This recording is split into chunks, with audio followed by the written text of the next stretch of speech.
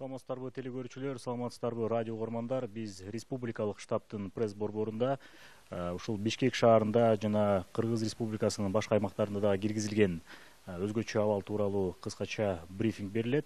Бүгүн биздин пресс борбордо Кыргыз Республикасынын биринчи вице-премьер-министри Боронов Кулатбек Айылчевич жана Бишкек шаарынын коменданты Кыргыз Республикасынын ички иштер министринин орун басары Оразалиев Алмаз Кыдырмаевич. Кулат Айылчевич, сөз сиздерде. Саламатсыздар, урматтуу мекендештер, урматтуу массалык маалымат каражатынын өкүлдөрү. Өзүңүздөргө белгилүү болгондой, бүгүн Кыргыз Республикасынын президенти Сооронбай Шариповичтин атайын жарлыгы менен биздин республиканын айрым аймактарында 25 март 2020 жылдан 15 апрель 2020 жылга чейин өзгөчө абал режими киргизилди. Ошого байланыштуу ошол өзгөчө абал киргизилген аймактарда коменданттык саат же болбосо мыйзамга ылайыктуу башка биздин элдерибиздин турмушуна тиешеси бар абалдардын жүрүм турумдардын өзгөрүүлөрүнө байланыштуу жаңы коменданттык саатка байланыштуу ошол биздин жашообузда ошол күндүзгү түнкү жүрүм туруулар өзгөрүүгө дуушар болот. Бүгүнкү күндө Бишкек шаарынын аймагында өзгөчө кырдаал абалы киргизилди. Ош шаары, Кара Суу району, Ноокат району болуп бир аймак болуп өзгөчө кырдаал киргизилди.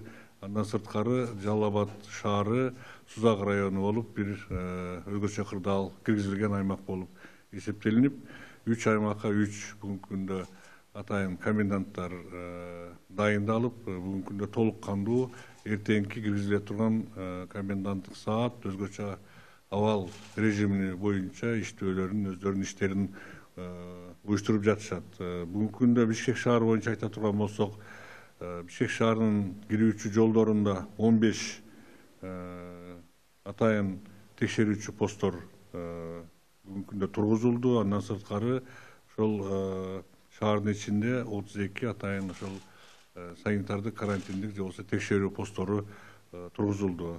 Ошол менен бирге шаардын ичинде коменданттык саат убагында же болбосо ошол өзгөчө абалдык режимди сактоо үчүн атайын мобилдик группалар жана жөө жүрүүчү патрулдар күндүзү дагы түнү дагы ошол өздөрүнүн иштерин алып барып, биздин жарандарыбыз тарабынан өзгөчө кырдаал абалынын режимдерин сактоо боюнча тартиптерин көзөмөлгө алмакчы.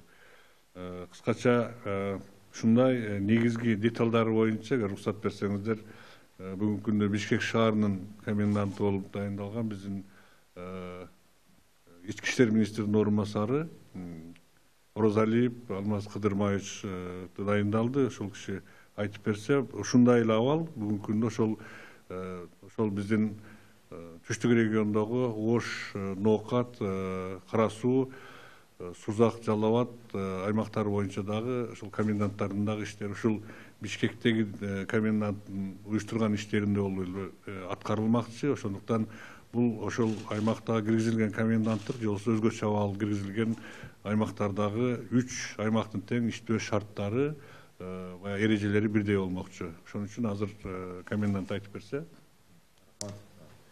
Урматтуу жарандар, өзгөчө абалы киргизилгенден тартып шаардын күнүмдүк жашоосуна бир катар чектөөлөр киргизилет.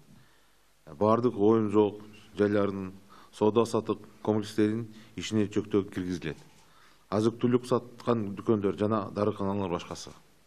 Жарандардын көчөдө жүрүүсүнө чектөөлөр киргизилет.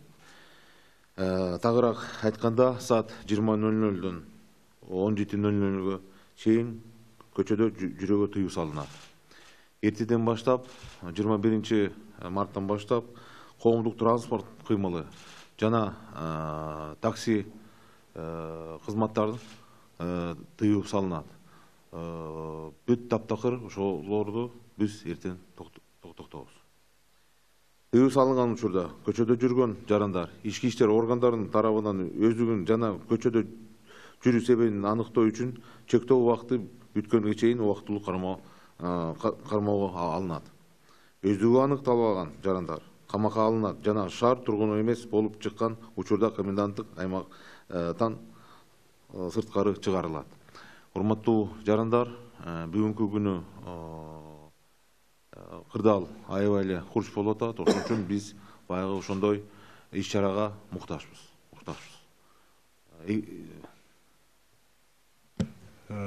Мындайча айтканда, мына негизги бүгүнкү өзгөчө кырдаал, өзгөчө абал киргизүүнүн негизги себеби болуп, баарыбыз жакшы билебиз, бүгүнкү күндөгү Кыргызстандагы коронавирус оорусунун пайда болушу. Ошол менен бирге мына эпидемия, пандемия деп дүйнө жүзүндө айтылып жатат. Бул жанагы эгерде биздин жарандарыбыз бири-бири менен катнашын, баягы бири-бири менен мындай байланышын токтотпосок, бул оору тез аранын ичинде жайылып, абдан мындай көп биздин жарандарыбыз ошол ооруга чалдыгышы мүмкүн болуп атат. Башка буга чейинки же болбосо башка бир убактарда киргизилип жүргөн өзгөчө абалдарга салыштырмалуу бул өзгөчө абалдын айырмасы негизинен биздин жарандарыбыздын бири-бири менен болгон контакттарын азайтуунун максаты болуп эсептелинет.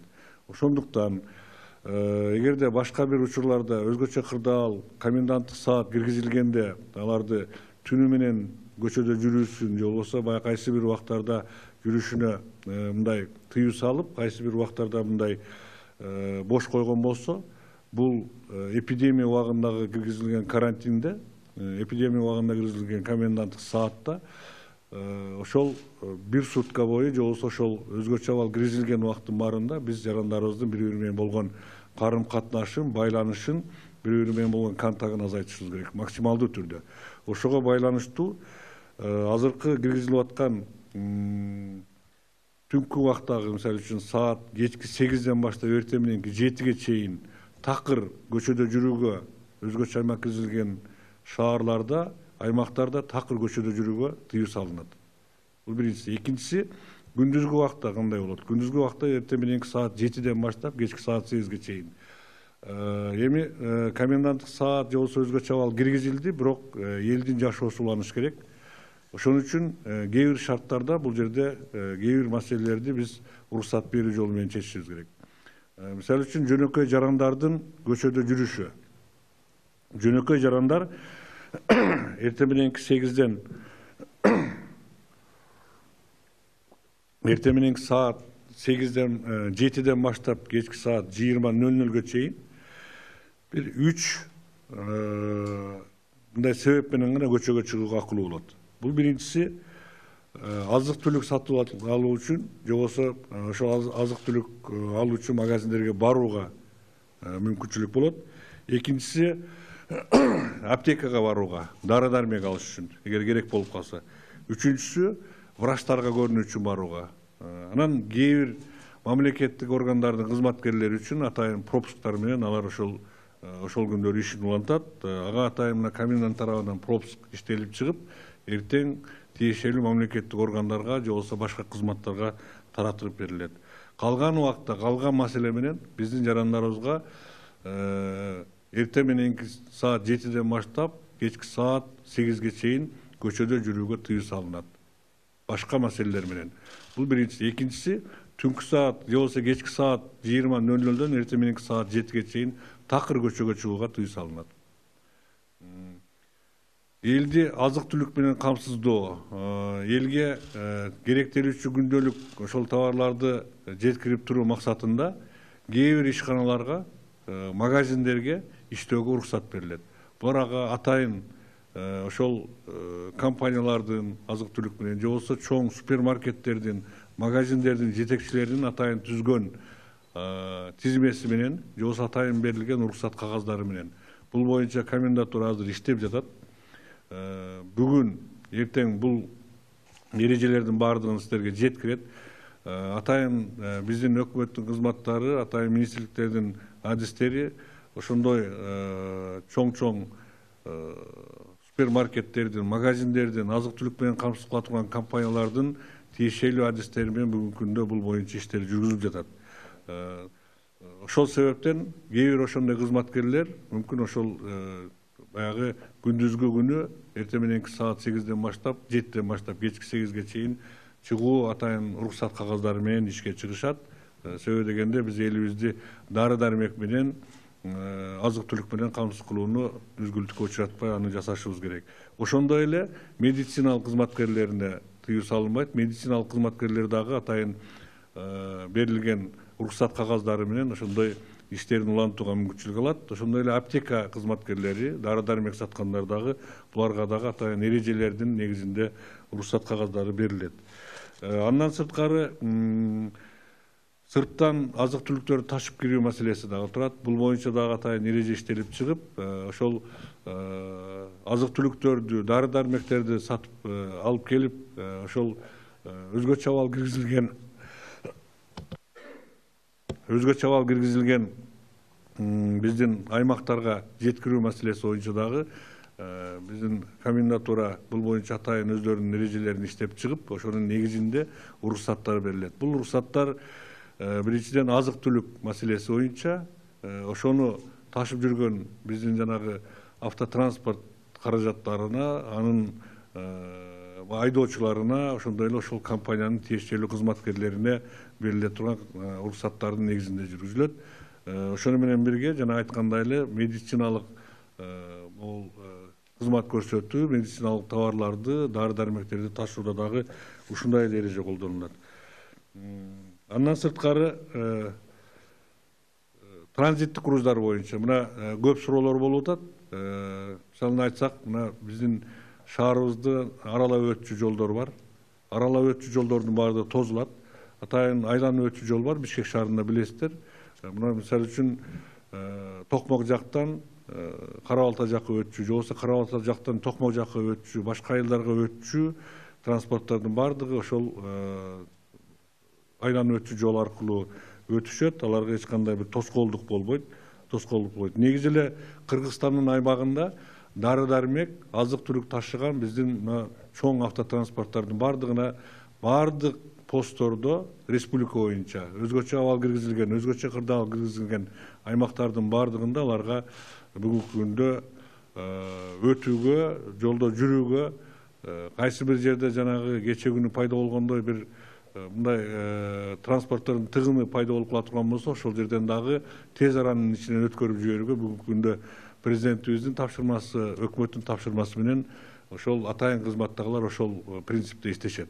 Ошондуктан эгерде кандайдыр бир компаниялар, кайсы бир биздин ишкерлер атайын азык түлүк менен алектенишип, ошону ташып келип, же дары дармек ташып келип атышкан болсо, аларга мисалы үчүн баягы орусча айтканда зеленый свет, зеленый коридор, же болбосо атайын ошол жерден өтүү үчүн шарттарды түзүп берүү иштери жүргүзүлөт.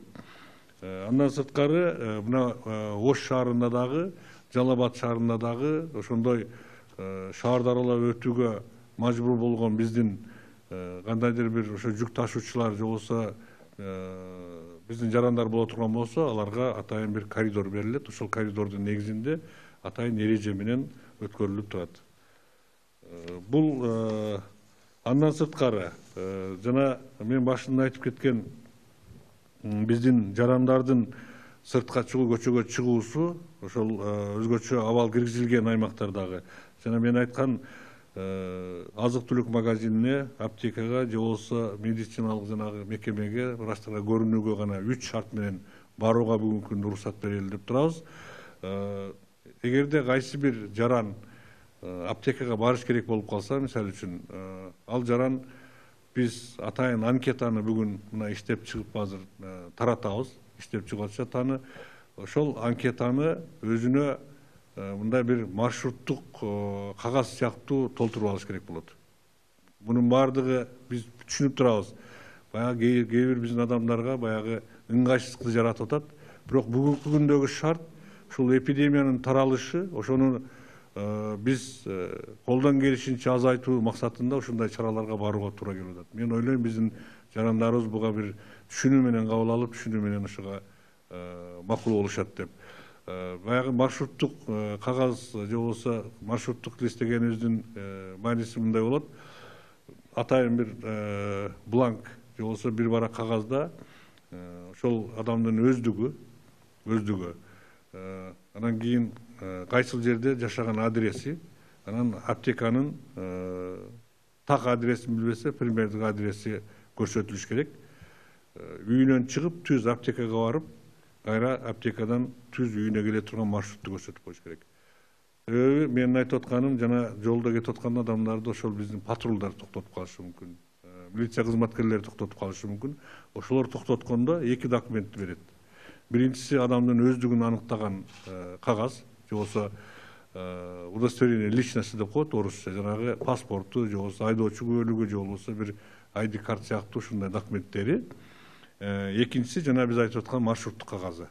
Маршруттук кагазда так көрсөтүлөт. Үйдөн чыгып аптекага чейин барып келе турган маршрут. Мисалы үчүн айтсак, Бишкек шаарында адам Токтогул менен Белинский көчөсүнүн кесилишинде же ошол райондо жашаса, ошол жерде аптека, жакын аптеканы көрсөтүп, могу аптекага мен барып кайра келишим керек деп. Ошол маршрутта эгер патрул тиги кишини токтотуп текшерип калса, маршруту туура көрсөтүлгөн, башка жака барбайт, башка жака кайрылбайт, барып кайра келе турган маршрут менен чыкпастан барып келет деп так билет. Маршруттук кагазда башка көрсөтүлүп, өзү бир магазинге же болбосо башка бир маршруттан чыгып кеткен маселе чыга турган болсо, анда биздин Ички иштер министринин кызматкерлери, комендатуранын кызматкерлеринде, патрулдарда кандайдыр бир суроо жаралышы мүмкүн. Эгерде бүгүнкү күндө ошол өзгөчө абал кырдаалында өзүнүн алып жүрүү эрежелерин бузган жарандарыбыз болсо, бүгүнкү мыйзамдарга ылайыктуу чара колдонулат. Сөзсүз түрдө ушул аймакка кирген адамдар, аймакта жашагандар сыртка чыкканда өздүгүн аныктай турган документтерди ала жүрүңүздөр. Ансыз кандайдыр бир түшүнүксүз маселе жаралып калышы мүмкүн. Патрулдук кызматтагылар өздүгүн аныктоо үчүн, башка маселелер үчүн мүмкүн аны жанагы атайын пункттарга алып кетип калышы мүмкүн. Ошондой маселе чыкпаш үчүн сөзсүз түрдө барыңыздар ошол өздүктү аныктай турган документтериңиздерди ала жүрүшүңүздөр абзел болуп эсептелинет. Кыскача айтканда ушундай. Андан сырткары дагы айтып койчу нерсе, мына бүгүн биз Жогорку кеңеште кезексиз отурум болуп, ошол жерде да биздин депутаттарыбыз бир топ маселелерди көтөрдү. Башка жактардан дагы, жарандарыбыздан дагы ушундай бир суроолор туулуп атат.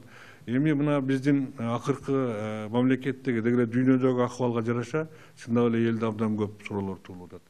Муну биз түшүнүп атабыз. Биз убагы менен чет-четинен ошол суроолордун баардыгына жооп берүүгө аракет кылабыз. Айтып кетсек, мындай бир топ суроолор, мисалы үчүн азык-түлүк маселеси козголуп атат. Биздин кээ бир жарандарыбыз бир топ күнгө чейин азык-түлүктү алдын ала сатып алуу менен азык-түлүк продуктыларына, дары-дармектерге баанын көтөрүлүшүнө шарт түзгөндөр маселелер чыгып атат. Ошолордун баардыгы келип биздин баягы жакыр жашаган же болбосо көп күнгө өзүнүн ошол азык-түлүгүн даярдап алууга мүмкүнчүлүгү жок жарандарыбызга мындай оор шартка алып келип коюп атат. Бул боюнча өкмөттүн атайын программасы бар. Айтып кою керек, сөзсүз түрдө өкмөт бул жагынан чара колдонуп, биздин ошондой жарандарыбызга мындай жардам берүү маселесин карап атабыз. Атайын билесиздер, социалдык коргоо министрлиги бар, алар бүгүн программасын иштеп чыгып атат. Биздин республикада 1 миллион 400 миңге жакын ушундай жакыр жараган жарандарыбыз бар. Ошолордун баардыгына тиешелине жараша жардам берүүгө өкмөт аракет кылып иштейт ошон үчүн. Азыркы күндө 3 күндөн бери мына дагы бир маселе, элде соцсеттерде чыгып аткан маселе, кээ бир жарандарыбыз бүгүнкү күндө мындай ишенбөөчүлүк мамиле кылып, ар кандай туура эмес маалыматтарды тараткан убак болуп атат. Бул деген бүгүнкү күндө жанагы ачылган атайын эсеп боюнча маселе, ошого түшкөн акчалар боюнча. Мен айтып коеюн, бүгүнкү күндө саат 12:00-гө ошол эсепке 11 миллион 300 миң акча келип түштү. Бир тыйынын бир жакка коротулуп элек. Азыр атайын ушуну коротуу үчүн тыянактарды чыгаруучу комиссия түзүлүп жатат. Бул комиссия сөзсүз түрдө Жогорку кеңештин депутаттарынан кирет. Биз кирсек деген депутаттарыбыз дагы бар. Андан сырткары жарандык коомдун сөзсүз түрдө биздин жарандарыбыз, активисттерибиз ушул комиссиянын ишине тартылат. Бул ачык айкын болушун үчүн андан сырткары мамлекеттик кызматкерлерден кирет. Баардык чечим ошол комиссиянын каражатты коротуу ошол комиссиянын чечимине ылайык жүргүзүлөт. Жана мен айткандай, бүгүнкү күндө өзгөчө абал кырдаалы киргизгени менен мына азыр биздин республикада жазгы талаа жумуштары боюнча иштер абдан кызып бараткан мезгили. Ошого байланыштуу биздин дыйкандардан же болбосо ошол жазгы талаа жумуштарын жүргүзөт элек деген биздин жарандардан абдан көп ушундай маселе жаралып атат. Эртең өзгөчө абал шарты киргенде, коменданттык саат киргенде ушул маселелер дагы өрчүшү мүмкүн. Ошондуктан мына комендант дагы бул боюнча билет. Жазгы талаа жумуштары же болбосо кандайдыр бир сөзсүз түрдө аткарылчу жумуштар боюнча сөзсүз түрдө бул жерде шарт түзүп берүүгө биз аракет кылабыз. Комендатура да ошол боюнча иш жүргүзөт. Бул жагынан эч кандай бир маселе жаралбаш керек. Күндүзгү убакта буларга талаага барып иштөөгө же болбосо ушундай бир даярдыктарды көрүүгө шарт түзүүнүн үстүнөн иш жүргүзүлөт. Анан биздин республиканын азык түлүк менен камсыздоо маселеси боюнча бүгүнкү күндө Кудайга шүгүр азык түлүк маселеси жаралган жок.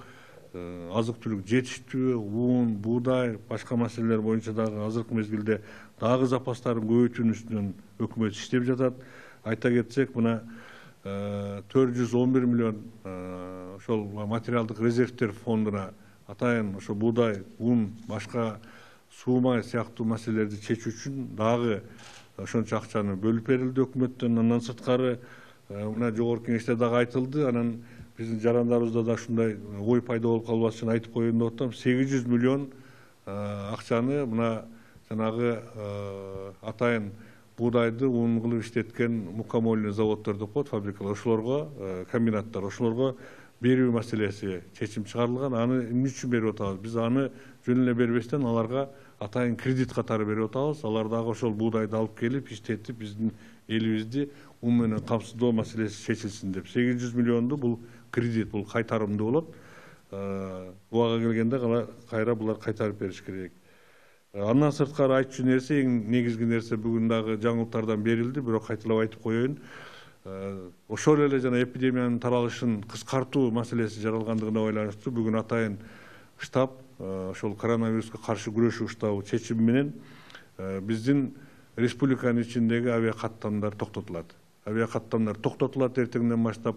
Эгерде кандайдыр бир керек болуп авиа каттамды жүргүзүү маселеси чыга турган болсо, бул спецборд деп атап атабыз. Специальный ошол атайын борттор же болбосо рейстер иштетилип, же болбосо ошол пландалып, ошолор гана баягы убак менен учушу мүмкүн болот. Бул дагы бир мамлекеттик же болбосо бир эч мындай токтоосуз чечүүгө керек болгон ушул маселелер чыкса, ушундай иштер аткарылышы мүмкүн. Болбосо мурунку расписание менен жүргөн рейстердин бардыгы, авиа рейстердин бардыгы токтотулат. Врачтардын иштөөсү боюнча маселе чыгып атат. Аларды жабдуу боюнча чындап эле бир аз кемчиликтер бар экенин баарыбыз билип турабыз. Азыркы мезгилде ошону чечүү боюнча иштер жүргүзүлүп жатат. Мына эртең бүрсү күнү биз чет элдерден сатып келип, баягы атайын костюмдар менен, тиешелүү жабдыктар менен жабдуу иши колго алынат. Буюрса, ошондой эле врачтарды мына 1-2 жумадан бери катуу иштеп, бизге 12 март күнү биринчи ошондой коронавирус боюнча рейстер келди деген айтылса, ошондон бери мына биздин врачтарыбыз андан мурун эле баштаган. Вирусологдор атайын абдан көп күндөн бери тынымсыз иштеп атышат. Буларды дагы эс алдырууга чыгарып, алмаштырып, баягы смен менен иштетип туруш үчүн атайын биз азыр иш чараны жүргүзүп жатабыз. Саламаттык сактоо министрлиги менен сөзсүз түрдө жакын күндөрдө ушул иш колго алынып, врачтар дагы башка региондордон азыркы абал түзүлгөн региондорго жөнөтүлүп, алмаштырып, баягы эс алып кайра иштей тургандай шарт түзүлөт. И ошондой эле ошол өзгөчө абалдар түзүлгөн аймактарда иштеп аткан биздин медициналык кызматкерлердин бардыгына эмгек акысына дагы кошумча акы төлөп берүү маселелери азыркы убакта чечилип жатат. Бул сөзсүз түрдө чечиле турган маселе, муну биз чечип беребиз. Кыскача биздин айтайын деген ушулар. Рахмат. Прописка маселеси боюнча прописка маселеси боюнча бүгүнкү күнү ошондой эле комендатура мен комендант катары ошондой эле чечим чыгардык. Прописка менен шаардык прописка болсо анда тиги шаардын ичине кирсе болот. Эгер пропискасы башка аймактарда болсо ошо жаран кире албайт. Бүгүнкү күнү ошону эртеден баштап биз мындай чыгарганга эле иштейбиз. Башка аймактардан келгендер кире албайт, бирок сөзсүз свободно алар чыгат шаардан. Жаназа маселесин дагы кайрылып атышат. Эгерде бир кандай бир жаназа болуп калса, ошону кантип чыксак болот деген дагы суроо бар экен. Анан экинчиси ушул жанагындай өндүрүш же болбосо дүкөн соода тармагында иштеткендер уруксатты каяктан алабыз деп да сурап атышты. Соода өндүрүш тармагындагыларга мына биз атайын ошол эрежени иштеп чыгып, бул жерде комендатура берет. Акыркы уруксат кагаздарын комендатура берет. Комендатурага чейин ошол өндүрүштүн чындап эле мисалы үчүн бир өндүрүш компаниянын мисалга айтсак, өндүрүш компаниянын башчысы атайын кат менен же болбосо бир заявка менен кайрылып, бизде мындай ушундай өндүрүшүбүз бар. Мисалы үчүн бир текстилдик бир кийим тигүү фабрикасы же болбосо цех деп коелу бир. Ал жерде 100 адам иштей турган болсо, ошол цехтин ээси атайын кайрылуу менен мисалы үчүн мына менде 100 киши иштейт. Мен ошол 100 кишиге санитардык нормалардын баарын сактай турган эрежелерди түзүп, ошолорду иштетип, эрте менен айта кете турган нерсе, кечирип коесуздар, мен эсимен чыгыптыр, шаарда өзгөчө абал киргизген аймактарда баягы коомдук транспорттун баары токтойт. Таксилерге чейин токтойт, таксилер да жүрбөйт. Мунун баарын токтотобуз. Анан ошол өндүрүшчү өзүнүн кызматкерлерин атайын уюшкандык жол менен алып барып кайра жумуштан алып келүү маселесин чечиш керек. Анан ошол жерде санитардык норманы түзүш керек. Маска же болбосо башка ошол индивидуальный средства индивидуальной защиты деп коет. Ошолордун баардыгын дайындалган. Мен ошолордун баардыгын обязуюсь же болбосо мен мойнума алам деп атайын кайрыла турган болсо, кайрылганда аны чындап эле ошондой иш менен алектенген компания экендигин биздин салык кызматы тасыктап берет.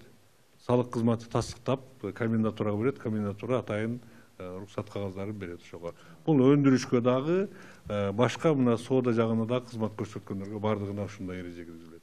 Бул эми мен түшүнүп турам. Дагы бир жолу баса белгилейин, урматтуу мекендештер, бул баарыбызга бир ыңгайсыздыкты түзүп аткан маселе болуп атат. Бирок ушуну биз чыдап ушуну көрүшүбүз керек, өткөрүшүбүз керек. Мына башка коронавирус болгон мамлекеттерде көрүп атабыз. Элдери кеч түшүнүп, ошол гигиенаны, санитардык норманы сактабаганы, көчөдө басып жүрүп бири менен аралашып жүрө бергендигине ойлонушту. Мына канчалаган кайгылуу окуялардын күбөсү болуп атышат. Ошондуктан мына биз али да кеч боло электе, Кудай буйруса биз ушуну тез аранын ичинде токтотуп, жоюп, же болбосо таралып кетишин токтотуп калууга бизде шарт бар, мүмкүнчүлүк бар.